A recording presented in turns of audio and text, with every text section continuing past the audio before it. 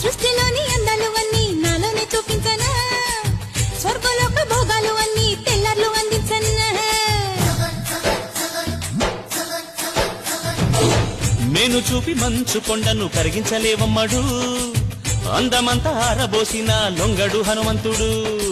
ఏడు పంటకొచ్చి నీ పట్టుదలకు మెచ్చ, నులక మంచమేసి ముస్తాబు చేసుకొచ్చా.